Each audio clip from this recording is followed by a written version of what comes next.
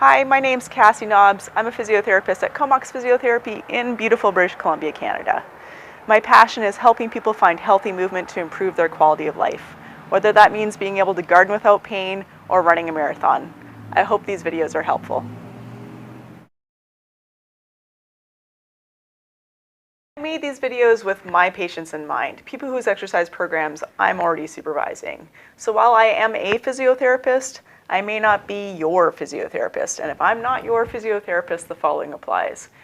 Please be sure to consult with the appropriate healthcare professional before beginning any exercise program because you could hurt yourself. Now with that out of the way, let's begin. It'll be fun. Hi there. This video is about weight shift as you're learning to put more weight on your foot after you've been immobilized for a while or had a bad lower extremity injury. Please bear with me. This is very difficult to set up. Particularly to be able to have a drop line of some sort to refer to. So the first thing that I'm going to talk about is what people tend to do when they first start weight bearing. Your body's not going to want to put the full weight on your leg. So what happens is that as you start to load the leg in walking, so in this case this is my right leg, as I step on it, when I go to shift the weight, instead of shifting my weight fully to that leg so I can easily lift this leg up and step through, I'll compensate. So the foot might stay out to the side, I might turn the leg outwards, whatever, there'll be some sort of compensation, but you'll put your foot down and then you won't be able to lift this leg up. So what'll happen is you lever your torso over to get the other leg up and through. So it's really important to correct that movement imbalance because it can cause ongoing problems in the future. So we're going to cut now to an exercise that I do that helps people learn to weight shift a little bit better. Okay, so now we're going to do the exercise I like to do. You don't have to have this plumb bob set up at home. It does help sometimes to have a plumb bob to refer to make sure you're doing the exercise correctly. This is mostly just for educational purposes. I'll explain how to self-monitor as we go through the exercise. So I'm going to stand here and I'm going to line myself up so that my line is straight down the center of my body. Now, if I want to weight shift and lift up we're going to work the right leg. So if I want to lift up my left foot properly, I need to shift all of my weight over onto my right side. So here I am, all my weight over onto my right side, and what you'll notice is that my sternum, belly button, all line up with my foot now. Both sides of my body should be nice and lengthened, and I'm not tilting my shoulders. So if you're not doing the exercise correctly and you're trying to get over and you don't want to put weight on your leg, what you'll notice is you'll get the weight on your leg, but notice here my sternum is over top of my foot, but not my belly button. So how do we use the line to help us figure this out? Well, I'm going to scooch over until that line looks like it's going down through the center of my hip and points down to my right foot. So now as I shift my body weight, I'm going to shift my weight, shift my weight, shift my weight until that line now lines up with my belly button and my sternum, and I can lift this leg up easily. Though when you're first starting the exercise, you're not going to lift the other leg up. You're just going to get used to the idea of putting weight on that leg. So again, I'm going to come back to center. Now, you can do this with a little bit more width between your feet too. So now my line is still lining up with my foot, my right foot, which is going to be my base of support in the end. So I'm going to shift my weight, shift my weight, shift my weight over to my right. And now there's barely any weight on my left foot, but I'm still using it on the ground for balance. And then I'm going to come back. I'm going to shift my weight over, and then I'm going to come back. Normally I ask patients to practice this for about 1 minute, twice a day. And if you're doing it correctly, you should feel some activation and maybe a little bit of fatigue through the outer hip area. And then come on back.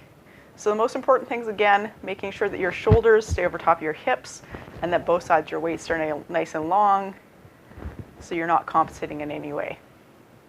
Compensation would look like this. Or maybe like this, even. Okay? I hope that's helpful. Now we're going to look at your weight shift exercise using something to help with balance a little bit. So in this case, we've got these fancy poles with a big platform. But at home, you can just use walking poles. That's perfectly acceptable, or even ski poles, as long as you know that the tip is safe. So I'm going to back up a little bit so you can see my feet. Now, hopefully that post is going to help a little bit see the weight shift. So if I am working my right side, I'm going to shift my weight towards the right side. My pole is right here. It's very close to the ground. So if it's there, I can hopefully tap out if I need to, And that's going to take away some of the fear of shifting the weight over that leg. So what you're going to do is weight shift over to that foot, shift, shift, shift, shift, shift, hold, and release. And you can see how I'm hovering this.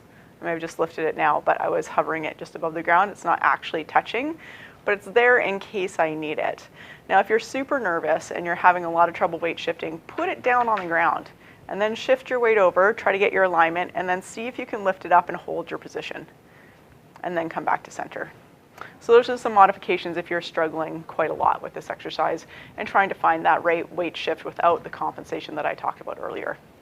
This is a way to progress your weight shift exercise to make it a little bit more advanced and to start prepping for more weight-bearing exercises that include some strengthening to ensure that you're getting your alignment correct.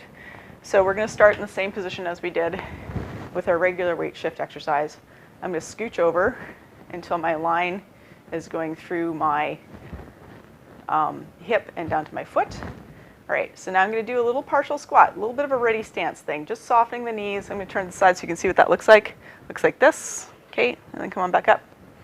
All right, so moving over, here I am.